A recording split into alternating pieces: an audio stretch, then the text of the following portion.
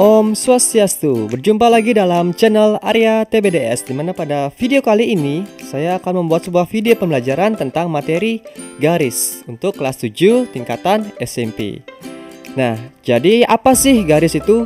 Nah, tentu pasti akan ada pertanyaan seperti itu dalam benak kita. Nah, jadi garis itu merupakan kumpulan dari beberapa titik yang berjajar dengan rapi dan rapat. Nah, jika kalian perhatikan dengan seksama, pasti saat menggambar sebuah garis, kalian diawali dengan titik. Lalu jika kita lebih perhatikan lagi, garis itu merupakan kumpulan dari titik-titik yang cukup banyak yang berjejer dia dengan rapi dan rapat. Nah, itu dapat kita katakan sebagai garis. Nah, apabila terdapat dua buah garis lurus, maka kemungkinan garis tersebut memiliki hubungan atau berkedudukan. Nah, jadi apa sih hubungannya? Apakah hubungannya hanya status teman aja atau ya you know lah, atau hubungan yang lain? Jadi kita akan simak kedudukan dan hubungan dari dua buah garis lurus. Nah, jadi di sini akan ada pertanyaan, hubungan apa yang terjalin di antara mereka, antara dua buah garis lurus? Nah, hubungannya adalah itu ada 4. Yang pertama itu ada sejajar, yang kedua itu ada berpotongan, yang ketiga itu ada berimpit, dan yang keempat itu ada bersilangan. Nah, jadi apa sih sejajar itu?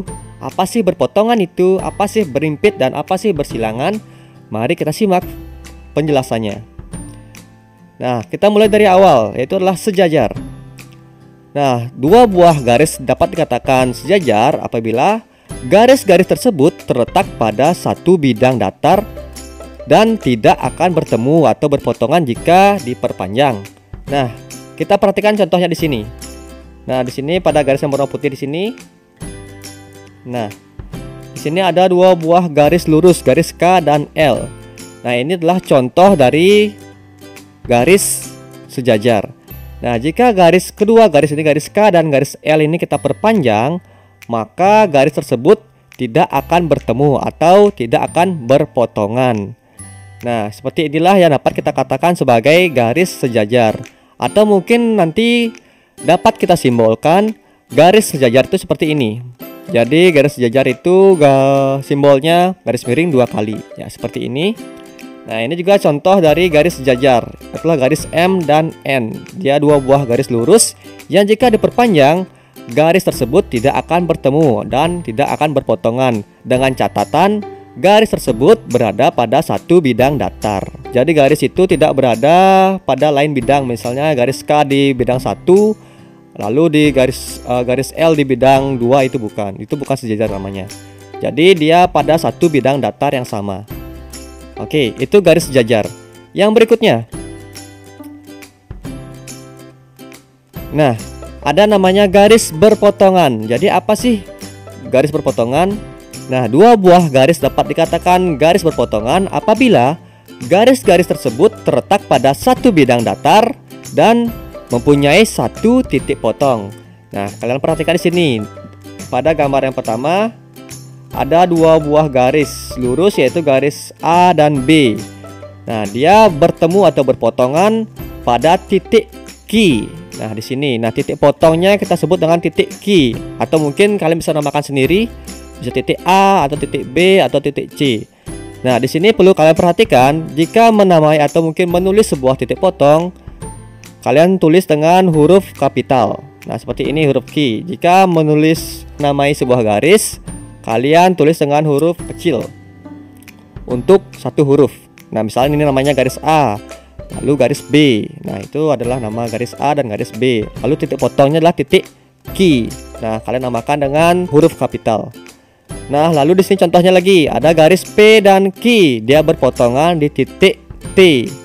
Nah, jadi seperti inilah contoh dari garis berpotongan. Jadi dia berada pada satu bidang datar, sama seperti garis sejajar, dia berada pada satu bidang. Misalnya bidangnya itulah bidang ABCD. Nah, dia berada pada bidang tersebut dan berpotongan di sana. Nah, dengan catatan hanya memiliki satu titik potong, mempunyai satu titik potong. Nah, itu dapat kita katakan sebagai garis berpotongan. Nah, yang berikutnya kita akan langsung bahas mengenai garis berimpit. Jadi apa sih garis berimpit? Nah, dua buah garis dapat dikatakan berimpit apabila garis-garis tersebut terletak pada satu bidang datar yang sama dan mempunyai minimal dua titik potong. Nah, di sini kita perhatikan pada satu buah garis ini, atau kita katakan garis N, itu mempunyai tiga titik potong, yaitu yang pertama titik potong A, titik potong B yang kedua, lalu titik potong C untuk yang ketiga. Jadi di sini catatannya lah minimal mempunyai dua titik potong. Nah, di sini ada batas-batasannya ya, itu minimal mempunyai dua titik potong, maka dapat kita katakan garis tersebut adalah garis berimpit. Nah, yang berikutnya kita akan masuk pada hubungan atau kedudukan dua buah garis lurus. Untuk yang keempat atau yang terakhir, itu adalah garis bersilangan. Jadi dua buah garis lurus dapat dikatakan bersilangan apabila garis-garis tersebut tidak terletak pada satu bidang datar, tidak sejajar ataupun berpotongan. Nah, jadi bisa kalian perhatikan di sini garis EA bersilangan dengan garis CD. Nah, kita perhatikan di sini bahwa garis EA itu berada pada bidang ABFE. Sedangkan garis CD itu terletak pada bidang CDHG atau DCGH. Nah, jadi garis tersebut dapat dikatakan bersilangan jika dua buah garis itu tidak terletak pada bidang yang sama. Jadi contoh seperti ini, EA dia berada pada bidang ABFE, lalu CD dia terletak pada bidang CDHG. Jadi dia tidak terletak pada bidang yang sama. Lalu HD bersilangan dengan AB. HD bersilangan dengan AB. Nah, kalian perhatikan di sini warnanya sudah sama, warna biru. Jadi kita perhatikan garis berwarna biru itu garis HD, dia bersilangan dengan garis AB dan dia tidak berada pada satu bidang yang sama. Nah, itu baru kita katakan garis bersilangan. Nah, dua buah garis lurus yang bersilangan. Atau mungkin contoh lagi apa? Garis CG. Garis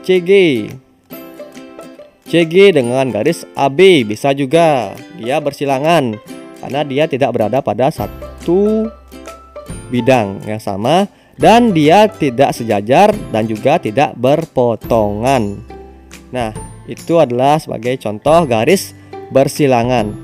Nah, jika kita perhatikan di sini pada gambar balok di sini, yang mana garis yang dapat kita katakan sejajar. Garis yang dapat kita katakan sejajar adalah contohnya garis AB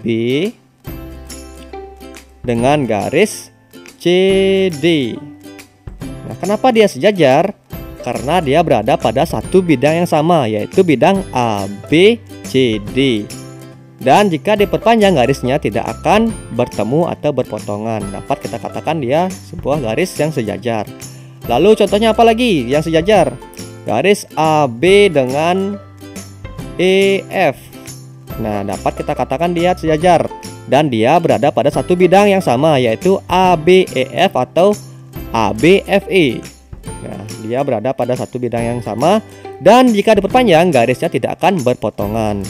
Nah, itu untuk garis sejajar contohnya. Lalu kita coba cari garis yang berpotongan pada gambar balok ini. Garis yang berpotongan contohnya garis AB dengan garis FB atau garis BF. Nah, dia akan berpotongan. Nah, di titik B. Nah, di sini dia akan berpotongan. Dan dia juga berada pada bidang yang sama. Jadi kita dapat katakan bahwa dia adalah sebuah garis berpotongan. Nah, lalu juga di antara garis AB yang berpotongan dengan garis AB adalah garis AE. AE juga berpotongan dengan AB. Nah, dia akan berpotongan di titik A. Nah, dia berada juga pada bidang yang sama, yaitu bidang ABFE atau ABEF. Lalu apa lagi? Lalu ada juga garis BC. Nah, BC juga berpotongan dengan garis AB. Dan berpotongan sama juga, berpotongannya pada titik B. Begitu pula garis AD. Garis AD berpotongan juga dengan garis AB pada titik A. Nah, seperti itu jika kita perhatikan letak dari garis berpotongan maupun garis sejajar dan juga garis bersilangan. Nah, semoga kalian dapat memahami materi garis ini. Nah, garis sejajar. Jika kita lihat dari dalam diagonal bidangnya. Nah, jika misalnya kita berikan ini sebuah titik-titik. Nah, di sini akan terjadi sebuah atau mungkin akan terdapat sebuah bidang, yaitu bidang ABHG atau ABGH. Nah, lalu garis AB dan garis HG itu dapat kita katakan juga sejajar. Nah, karena dia berada pada satu bidang yang sama, yaitu bidang ABGH atau ABHG. Nah, dia juga sejajar karena jika dia diperpanjang, maka garisnya tidak akan bertemu. Nah, itu contoh dari garis sejajar, garis berpotongan, lalu garis berimpit yang tadi sudah kita bahas, dan garis bersilangan. Nah, untuk garis bersilangan bisa kalian perhatikan di sini pada gambar balok ini, jika warnanya sama ini dia bersilangan. Ini hanya dua buah contoh dan terdapat juga garis bersilangan yang lain pada gambar ini. Silakan kalian cari ya. Nah, itu untuk kedudukan dari dua buah garis lurus. Yang berikutnya apa? Nah, yang berikutnya perbandingan ruas garis itu seperti apa? Nah, di sini ada biasanya dalam materi garis dia ada pembahasan tentang perbandingan ruas garis, atau dapat kita katakan perbandingan ruas garis pada segitiga. Nah, jadi itu seperti apa? Nah, kita akan bahas di sini. Nah, kita perhatikan perbandingan ruas garis pada segitiga. Kita lihat pada gambar ya di kiri kalian. Di sini ada sebuah segitiga. Banyak ya ada segitiga ya. Ada segitiga ABE, ada segitiga ACF, dan ada segitiga ADG. Nah, di sini kalian perhatikan. Kita perhatikan segitiga yang besar dulu, segitiga ADG. Nah, pada sebuah segitiga ADG terdapat beberapa titik potong, yaitu ada titik B, titik C, titik E, dan titik F. Nah, kita perhatikan pada garis AB dia terdapat titik B dan titik C. Nah, di mana pada masing-masing garisnya, garis AB itu sama panjangnya dengan garis BC, sama panjangnya dengan garis CD. Nah, jadi garis AD itu didapat dari garis AB ditambah garis BC ditambah garis CD. Nah, jadi ada tiga buah garis di sini, garis AB, garis BC, dan garis CD. Maka jadilah dia garis AD. Nah, yang berikutnya pada garis AG. Pada garis AG terdapat dua buah titik potong juga, yaitu titik E dan titik F.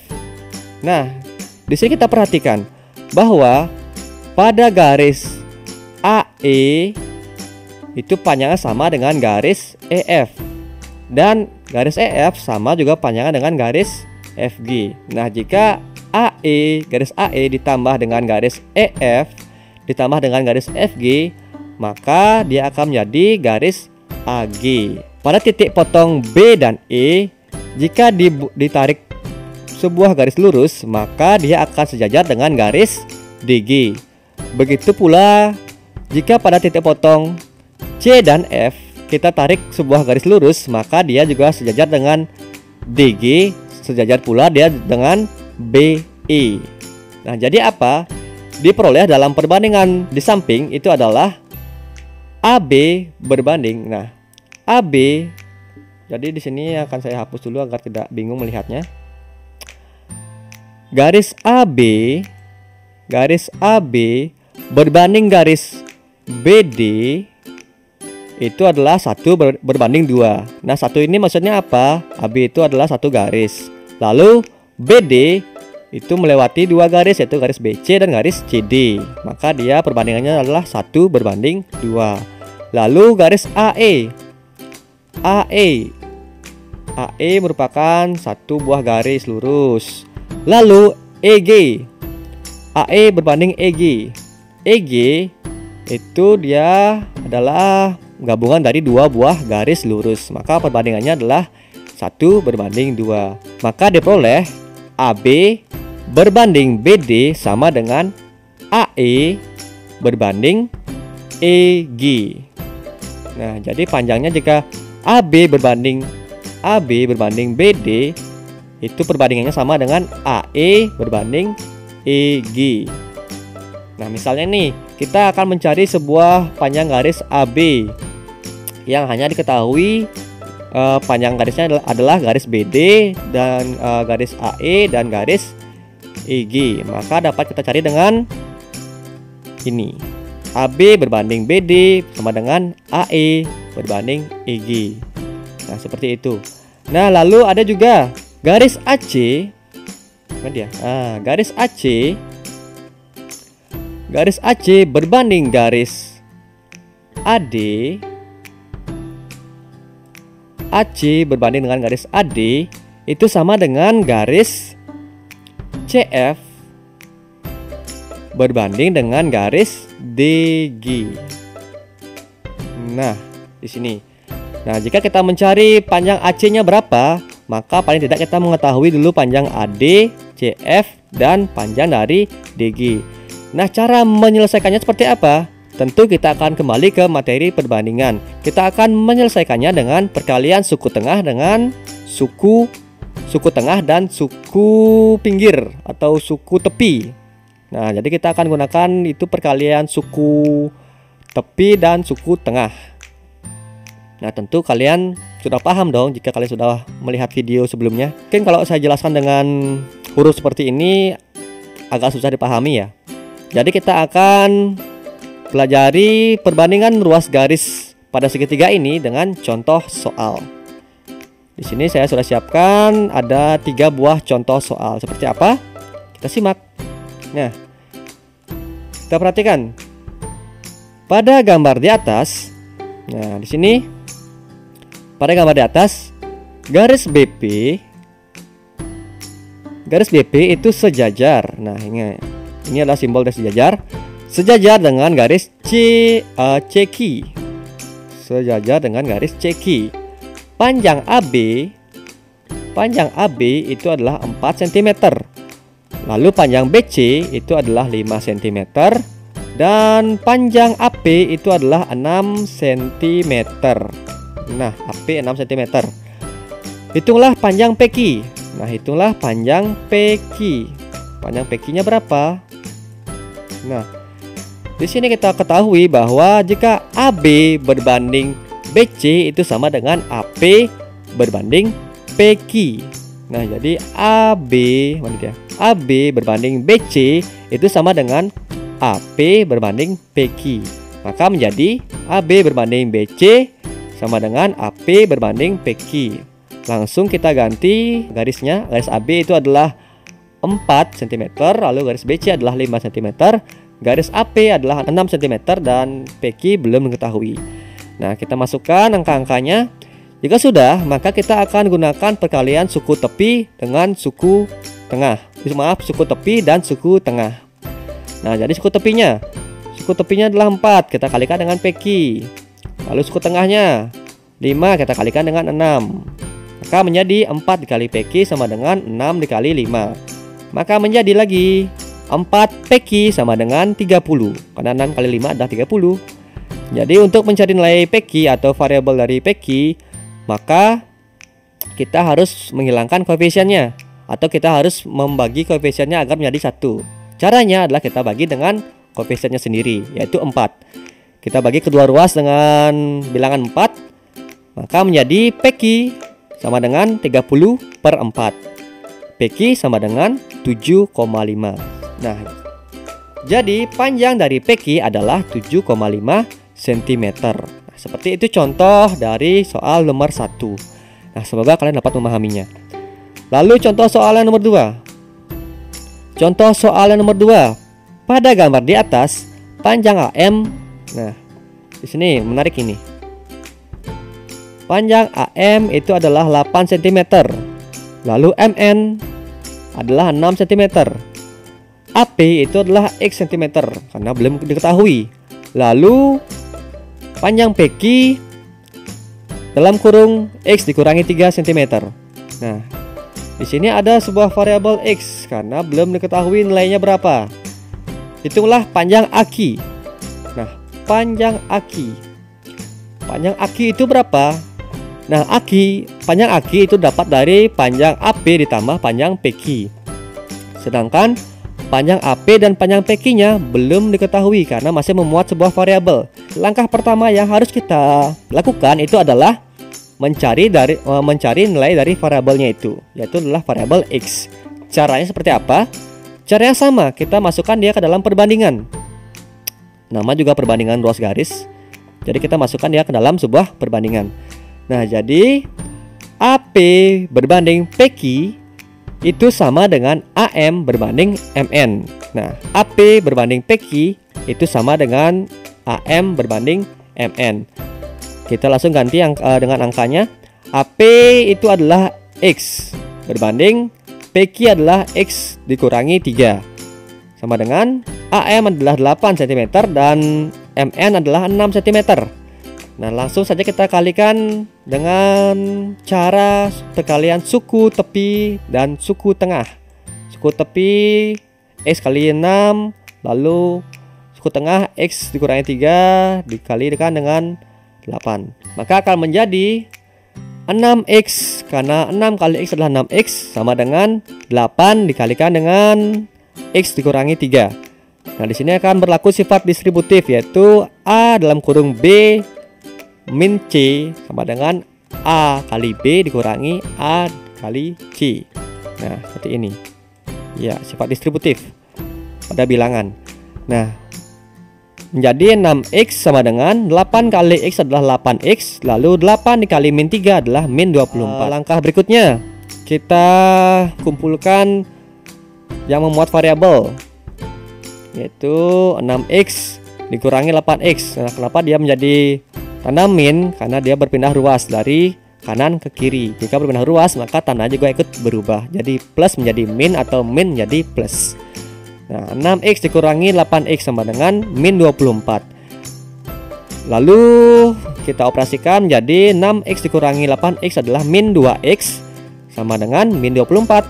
Lalu mencari nilai variabel X, maka X sama dengan min 24 per min 2. Nah, min dibagi min jadi plus. Nah, lalu 24 dibagi 2 adalah 12. Maka nilai X adalah 12. Jadi nilai X-nya adalah 12. Nah, di sini belum selesai. Kita baru mengetahui nilai dari X-nya, yaitu X-nya adalah 12 cm lah. 12 cm. Lalu panjang akinya berapa? Nah, seperti yang saya katakan tadi, panjang aki itu didapat dari AP ditambah PQ. Nah, tadi sudah kita ketahui nilai X-nya adalah 12 cm, maka otomatis AP ini adalah 12 cm. Lalu PQ adalah X dikurangi 3 cm, maka 12 dikurangi 3 menjadi 9. Nah, untuk mencari panjang aki itulah AP ditambah PQ. AP-nya adalah 12 cm, lalu panjang PQ-nya adalah 9 cm. Maka 12 ditambah 9 itu adalah 21 cm. Jadi panjang dari aki atau panjang dari garis aki itu adalah 21 cm. Nah, seperti itu langkah-langkahnya. Semoga dapat dipahami. Ini untuk contoh soal nomor 2 ya. Yang berikutnya itu ada contoh soal nomor 3. Langsung saja kita simak. Ya, kita masuk pada contoh soal yang ketiga. Nah, di sini mungkin ada revisi sedikit. Ini bukan 12 cm ya. Jadi ini itu adalah 8 cm.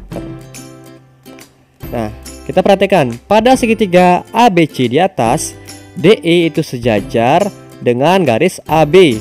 Jika panjang AB itu adalah 9 cm, lalu DE adalah 4 cm dan CD itu adalah 8 cm, maka tentukan panjang dari AC. Nah, seperti yang kita jelaskan tadi, untuk mencari salah satu panjang ini, maka kita akan bandingkan dia dengan garis sejajarnya. Nah, garis jajarnya adalah DE dan AB. Maka perbandingannya menjadi CD berbanding AC sama dengan DE berbanding AB. Kita langsung masukkan angkanya. CD adalah 8 cm, lalu AC belum diketahui, yang akan kita cari. Sama dengan DE adalah 4 cm dan AB itu adalah 9 cm. Maka langsung kita lakukan perkalian suku tepi dan suku tengah. 8 kali 9 lalu AC dikalikan dengan 4. Jadi 4 kali AC sama dengan 9 kali 8. 4 kali AC adalah 4 AC, lalu 9 kali 8 adalah 72. Nah, untuk mencari nilai AC, kita bagi dengan koefisiennya, itu adalah 4. Kita bagi kedua ruas dengan 4, yaitu AC sama dengan 72 per 4. AC menjadi 18. Jadi panjang dari AC itu adalah 18 cm. Kalau kita sudah ketahui nilai AC-nya adalah 18 cm, berapakah panjang dari AD? Caranya mudah. Panjang AC dikurangi panjang dari CD. Panjang AC adalah 18 cm, panjang CD adalah 8 cm. Maka 18 dikurangi 8 adalah 10 cm. Jadi panjang AD itu, AD-nya adalah 10 cm. Karena jika AD ditambah CD menjadi AC, yaitu adalah 18 cm. Nah, semoga dapat kalian pahami. Oke, jadi itu saja penjelasan saya tentang materi garis untuk kelas 7. Semoga dapat dipahami, semoga dapat bermanfaat buat kalian yang menonton video ini. Dan jika ada salah kata atau mungkin tutur saya yang kurang berkenan di hati kalian penonton, mohon dimaafkan. Saya tutup dengan Parama Santi. Om Santi Santi Santi Om. Sampai jumpa pada video saya yang berikutnya. Dan saya ucapkan bye-bye.